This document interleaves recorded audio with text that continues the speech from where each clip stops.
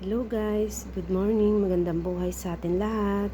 Ito po pala, nagluluto ako ngayon ng full. Ito po, yung ganito, nasa elba siya o nasa lata siya. Ayan po yung request ng mga alaga ko. Kung ano lang po yung ibibili nila before ako matulog, yun lang po yung gagawin ko bukas. Kasi pag hindi nila binilin, hindi nila yung kakainin. Ayan po. Yan, konting ingredient lang, bawang, sibuyas, and kamatis, sa konting tomato sauce. Igigisa ko lang siya. Simple lang yan. Tapos, sa ano nila yan, papartneran niya nila ng kubos, bagong bili.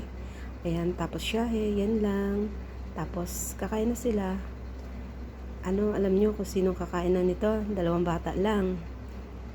Mga damulag na, tapos yung sir ko, yun lang. Ubos nila yan. Yan po. Hindi naman po ako kumakain nito. Yan. Basta nagluluto lang ako. Yan po guys. Magandang buhay uli. Pinakita ko lang yung ginagawa ko every morning. Nagigising po ako 4:40.